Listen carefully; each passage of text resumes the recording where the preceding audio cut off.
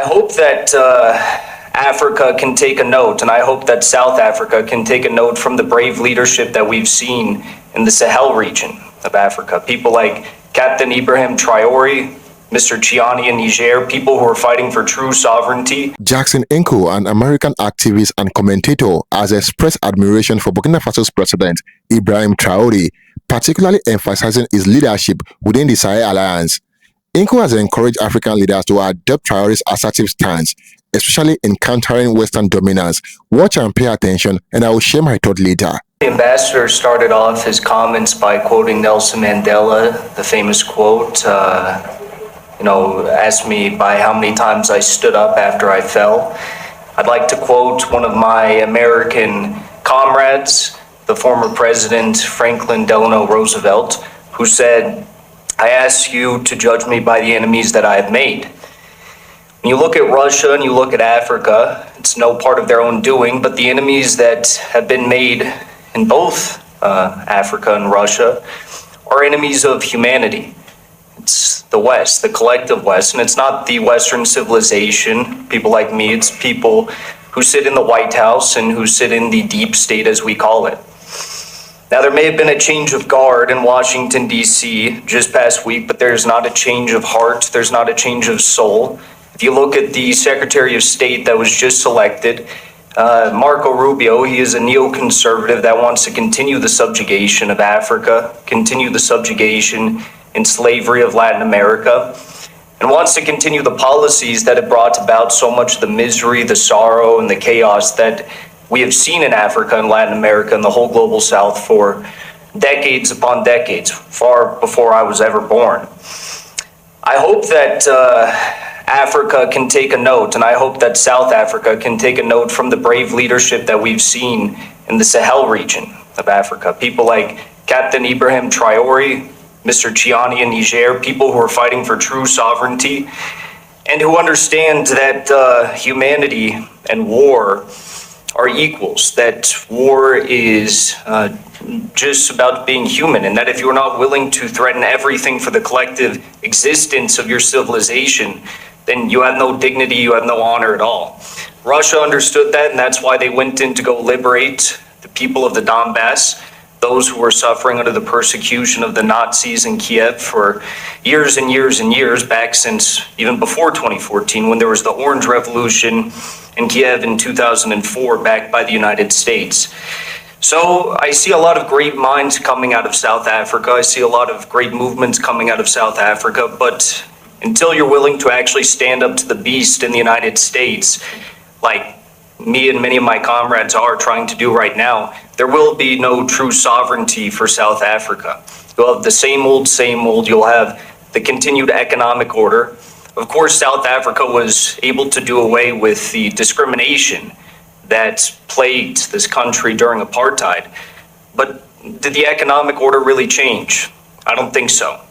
And until South Africa is willing to truly stand up to the West and, absolve itself of its past political mistakes, there will be no true sovereignty. So from America, I say many of us love you. We appreciate the struggle that you're all fighting for. We see it as a continued struggle that we fought for in 1776. If I were to draw on the history of China and the history of Iran and Korea and Russia, there's one bottom line determining factor with all of them. And that's that before their revolutions, before they commanded respect, the situation in each one of those countries was not great. Whether it was being indebted to Western banksters, whether it was a series of illegal coups or regime change operations or assassinations, these countries did not command respect on the global stage to the Western imperialists. That's the same problem that Africa is facing today. There is no respect that is commanded to the imperialists except for the new confederation in Mali, Niger, and Burkina Faso. And we've seen Russia come in and help secure the region against the US-backed threats from Al-Qaeda and other terrorist groups. But ultimately, I think that Africa needs to learn from China, from Korea, from Iran, and from Russia, who first had these beautiful revolutions that commanded the respect, Then they developed their militaries, they developed nuclear bombs, they developed all these sorts of things, and then they built their economies. We're sitting here and we're talking about being in the United Nations, having a rotating seat in the United Nations Security Council. We're talking about the economic plans of Africa in the future, new currencies, African Union. All of that doesn't mean a whole lot if the West is going to come in and trample all over you. What good is a seat at the United Nations if they're not going to listen to you? The United States has to listen to China. They have to listen to Russia because China and Russia have a bunch of nuclear bombs that are already pointed at every Western city. Now, of course, I support Africa having nuclear bombs. I understand we're far away from that, and maybe it's a bit controversial to say that. But what I think we also need to understand is that Africans are dealing with the same issues that the American citizens are dealing with under our own regime. Americans are dealing with fraudulent elections. We're dealing with censorship. We're dealing with the monopoly of land and private capital. And until Americans and Africans are able to command respect, then there really is no future for either of our peoples. Ultimately, to sum up, I want to bring in the point of Ukraine as well, because Ukraine did something very interesting recently. Zelensky realizes that the front line in Ukraine is collapsing. The Russians are moving in.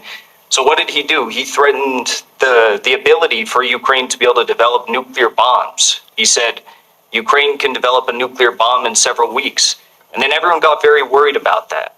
I think the West needs to get very worried about the potential for Africa to assert its own sovereignty and command respect in the same way that we're seeing in the new Confederation states, but all across Africa. And maybe it only starts with one or two nations, but that's exactly what we saw with Iran and Syria. And now look at the United States proxy of Israel. Israel's collapsing because they understand that the strength of Iran and the strength of Syria with the backing of Russia is, it's completely incomparable to the strength of Israel, who would undoubtedly lose in a conventional war against these nations and their proxies all across the region. So I think the question of military power is extremely important, and it actually comes before the question of economic power or trade routes or currencies or any of these things. So I hope to see more bold leadership, even in the case of Niger. Victoria Nuland was too afraid to tell Nigeria to invade Niger because she understood the military power of these Sahel states with the backing of Russia. They wanted to do an ECOWAS invasion, and with the intervention of Russia and China and the military backing in the Sahel states, they understood in the United States that this was a no-go, that they couldn't do it. So I hope in my lifetime, I'll end here, that we'll see a nuclear Africa. We're already seeing Russia. Rosatom is talking about bringing nuclear reactors into Burkina Faso, but I hope one day it's nuclear bombs. Notably, Inc. controversially suggested that African nations, including Burkina Faso, should consider acquiring nuclear weapons to protect their sovereignty and secure respect on the global stage. This perspective aligns with his broader support for anti-imperialist policies. At just 34 years old, Traoré became the world's youngest leader after a coup in 2022. But it is not his age that is inspiring. It is his unwavering dedication to dismantling what many call neo-colonial systems. In his speeches, Traoré called for African nations to unite, reject exploitation, and reclaim control over their resources. This guy does not just talk the talk, he walks the walk. Traoré embodies the spirit of legendary African revolutionaries like Thomas Sankara. He's made it clear Burkina Faso will not bow to foreign interference, especially from former colonial powers like France. That is a message I think more leaders, African and global, should be championing. We are watching a leader like Traoré say, enough is enough. He is not afraid to challenge Western hegemony. And that is exactly the kind of bravery the world needs right now. Traoré's leadership comes at a critical time. With African nations facing pressures from Western powers, military coups have become a form of rebellion against foreign domination. While controversial, these coups highlight growing frustration with systems that prioritize external interests over local development. What I admire most about Traoré is his call for African nations to not only resist but to build. He advocates for economic self-reliance, stronger defense systems, and regional unity. Imagine an Africa that is not a pawn in the global chessboard, but a powerful, united federation leading its own destiny. Traoré is lighting the path toward that future. Burkina Faso citizens have rallied behind Traoré, showing massive support for his anti-imperialist policy. His rise reflects a broader African awakening, a realization that the continent must define its own path. President Ibrahim Traoré is a leader to watch, not just for Africa, but for the world. His vision is a proof that resistance and resilience can pave the way for real change.